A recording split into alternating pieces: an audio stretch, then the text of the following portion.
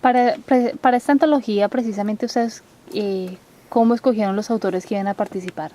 Había dos criterios. Había un criterio de representatividad y un criterio estrictamente literario. Es decir, con el literario me refiero a que los cuentos funcionaran bien, que sean buenos cuentos.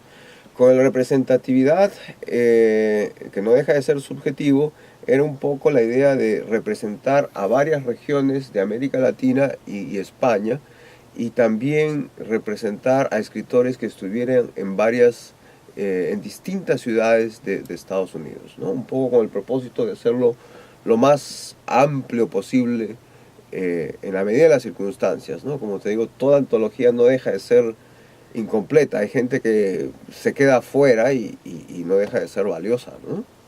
Entre esas narrativas, ¿cuál es su favorita? No, esa respuesta no te la podía. Diplomático ahí. Por qué considera usted que es importante, o si considera que es importante, que conozcamos o que alguien escriba sobre la forma de vivir de los latinoamericanos aquí en Estados Unidos? Fíjate, yo creo que las historias, ¿no? Las historias es una forma de construir identidad, ¿no? Y la historia va, y te digo de las historias en general, desde los mitos antepasados, ¿no? Hasta la cinematografía, ¿no? Pasando por el periodismo, ¿no? Que no es otra cosa que contar una historia también, el periodismo, con otras características, las características propias de qué es noticia, qué es actualidad, ¿no? Pasando por la novela, obviamente, ¿no? Entonces creo que de alguna manera de recopilar estas historias es dar un granito de arena a lo que es la identidad latinoamericana, ¿no? A mí me sorprendía mucho, y esto lo puse en el prefacio, que estas historias, esta narrativa en español haya estado soslayada, haya estado minimizada, haya estado dejada de lado por mucho tiempo, ¿no? Como que si no existiera, ¿no? Y eso me resultó preocupante, porque incluso lo que se llama acá Latino Studies, ¿no? Ellos enfatizan toda la producción cultural en inglés. Y lo hacen casi hasta, en muchas ocasiones lo hacen de manera inconsciente, como que lo que es latino en español para ellos queda fuera del objeto de estudio, ¿no? Entonces, de alguna manera esto es una respuesta a ese sector de Latino Studies, ¿no? ¿Qué repercusión puede tener un libro de este tipo para los estadounidenses no latinos? Yo creo que primero tendría que ser un estadounidense no latino que se maneje en español, porque el libro está en español, ¿no? Pero yo creo que también puede ser una fuente primero de darse cuenta que hay una presencia de que el español también es literatura, que el español no es una lengua de gueto, como lo dijo un político republicano no hace mucho, ¿no? Y que el español aparece en un libro, que el español tiene calidad estética también, ¿no? Hablando del español, de nuestro idioma español, ¿se está perdiendo aquí en Estados Unidos entre nosotros los latinoamericanos? O yo diría que definitivamente no, definitivamente no. Yo creo que las respuestas de esos políticos, ¿no? Es precisamente porque el español está ganando, porque el español cada vez va teniendo una presencia, y esa presencia no solamente es a nivel demográfico, es decir, cada vez somos más los que hablamos español en Estados Unidos, sino también creo que esa presencia es que ya el español dejó de ser una lengua privada, ¿no? Antes el español era de la lengua de la casa, pero fuera de la casa no vayas a hablar en español, ¿no? Y el niño de repente sentía un poco de vergüenza si hablaba en español. No, eso se ha perdido, ¿no? Hoy en día ya muchos niños no sienten vergüenza de hablar español, ¿no? Más bien se sienten orgullosos, y muchos padres, ¿no? Tampoco, más bien promueven el español. Y muchos padres norteamericanos ya son conscientes que el futuro es bilingüe, ¿no? Muchos padres norteamericanos que realmente tienen una mentalidad más abierta y más visionaria, están promoviendo que sus hijos hablen español y que participen incluso en las escuelas bilingües, ¿no? Eso es cierto, profesor. Usted precisamente es catedrático de la Universidad de Purdue. ¿Qué ¿qué impacto ha tenido su enseñanza en los alumnos que usted tiene? ¿Qué tanto les enseña como la sazón, como digo yo, latinoamericana? La pregunta iría más para mis alumnos, sería prácticamente una pregunta de evaluación.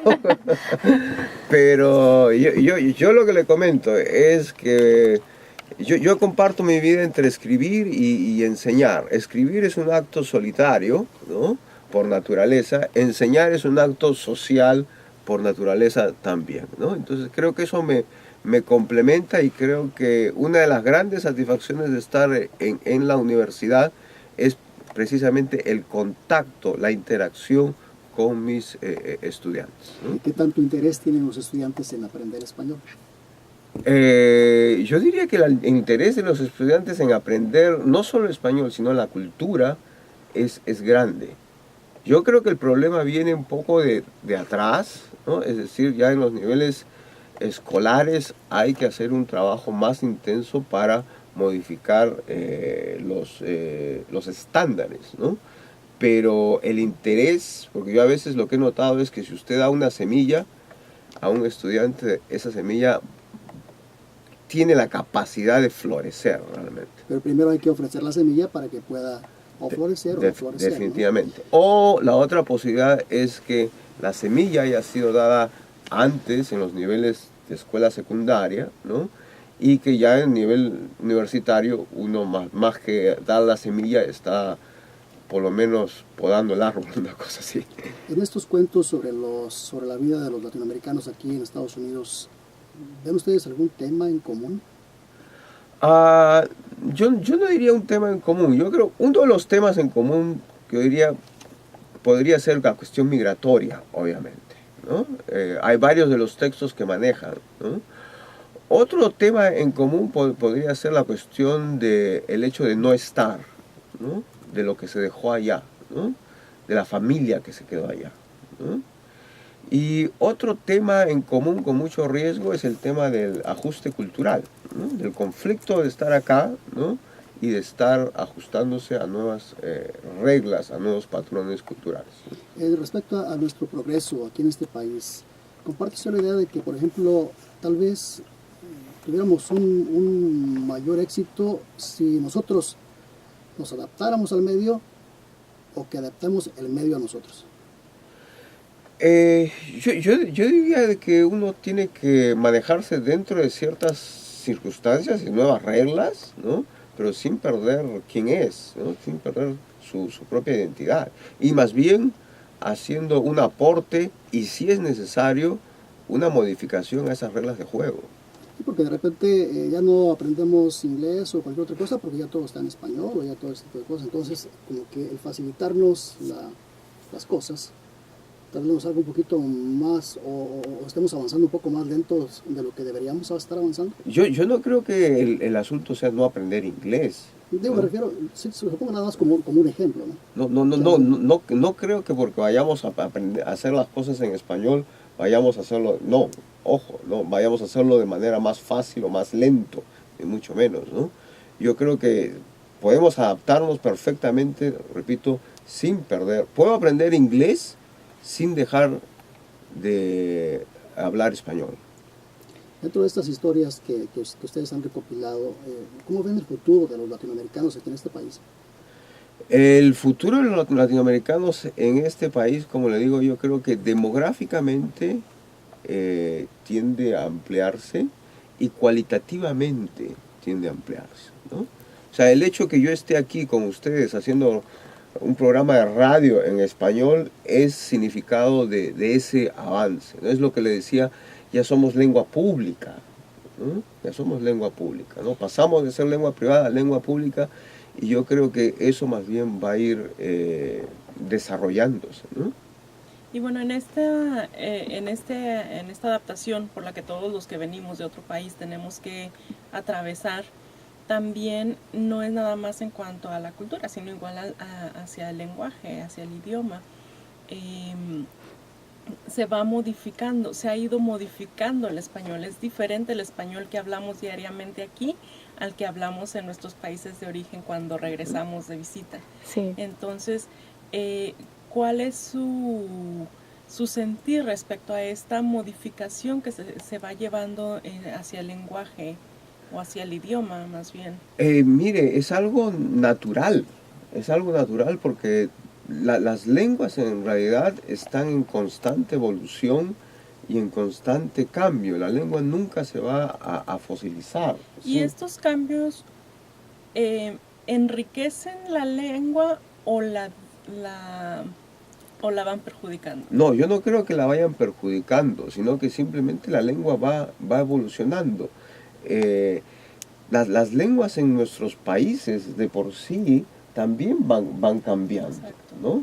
Van cambiando, y las lenguas van cambiando. Uno de los fenómenos es que cambian a través del contacto con otras lenguas, ¿no? O sea, en el Perú el español cambió, tengo que ser específico, el castellano español cambió porque apareció el contacto con lenguas indígenas como el quechua o el aymara, ¿no? Aquí el fenómeno que tenemos es que hay una serie de contactos entre los diversos dialectos que traemos nosotros, ¿no? Y también con el contacto con el inglés, ¿no? O sea, es un proceso evolutivo al cual no debemos tener miedo, ¿no? El castellano surge de la evolución de otra lengua, ¿no? Entonces, esto también tiene para adelante. Creo que es ahí donde más choca la idea, ¿no? Cuando se empieza a modificar o a mezclar con el inglés, no tanto entre los países en Latinoamérica, bueno, son con dialectos o de alguna forma pertenecientes a cada área, pero cuando llegamos a mezclarlo ahí con el inglés es donde como que muchas de las veces entramos en ese conflicto. Pero no debemos tener miedo, porque de alguna manera ese contacto con el inglés es cierto, en menor intensidad, debido a lo que llamamos globalización y todo eso, ya existe también en nuestros países, ¿no? O sea, en nuestros países hay una serie de términos que existen hoy día, sobre todo los términos relacionados con computadora y tecnología, que provienen del inglés, ¿no? Y poco a poco se van asumiendo, y en determinado momento se irán aceptando, ¿no? ¿Hasta dónde cree entonces que puede llegar el Spanglish? No sé, porque habría que tener una bola de cristal, ¿no? No sé hasta dónde puede llegar el Spanglish, pero los procesos culturales continúan, van a llegar más allá de nuestras vidas, obviamente, ¿no? Pero yo creo que es bueno, ¿no? Que cualquier forma cualquier mezcla que hagamos sirva para que nos comuniquemos y para que fomentemos la comunicación. Definitivamente, ¿no? El problema sería si algún día llegamos a una especie de torre de Babel en la cual no nos entendemos, Si ¿no? el Spanglish nos está ayudando para comunicarnos mejor con los demás, qué bueno, ¿no? Exactamente. Entonces, yes. Okay. Volviendo al libro, ¿dónde lo podemos conseguir o algo así por el estilo? Bueno, el libro está en Amazon, ¿no? Que como ustedes saben se ha convertido en la librería más grande y de más acceso, ¿no? Fácilmente a través de la información del título aparece la información en Amazon, ¿no? Sí. Muy bien, pues qué bueno que vino con nosotros a platicar sobre este libro interesante. Vamos, se lo digo, yo no lo he leído, pero voy a buscarlo, vamos a leerlo. Vea, se llama... Porque de hecho, o sea, de entrada el título me parece muy interesante y hay que estudiarlo, hay que verlo. Sí, gracias, le agradezco. El título, como le digo, es un juego con el título de José Martí, ¿no? Que es, el lema Martí es Nuestra América, y nosotros pusimos América Nuestra. Antología de narrativa en español en Estados Unidos. Lo encuentran en Amazon. No sé si quieran el precio, pero no pasa más de los $20. No, de hecho aquí lo tenemos 18.25. 18.25. 18.25, muy muy barato. Es un libro que vale la pena que tengan en sus librerías, en sus bibliotecas. Así que cómprenlo. Y algo muy importante, hay que apoyar el talento latino, hay que apoyar a todos esos escritores que están haciendo algo por nuestra cultura y por nuestro idioma. Así que vayan, apóyenlo, lean, que eso no duele. Y muchísimas gracias, profesor, por venir a Conversando en Alta Definición. Muchas gracias a ustedes por la invitación y los felicito por el programa, ¿no? Gracias. Y bueno, la invitación está abierta para que cualquier otro día pase con nosotros y nos cuente uno de esos, nos lea uno de esos cuentos. Con todo gusto. Bueno, cuando Sí. tenga el siguiente libro preparado ya. Con todo gusto. Muchas gracias, muy amable. Gracias. Pero muy bien, regresamos entonces. Son ya 11 de la mañana con 36 minutos. Vamos a ver cómo anda el mundo a esta hora de la mañana, Sergio García.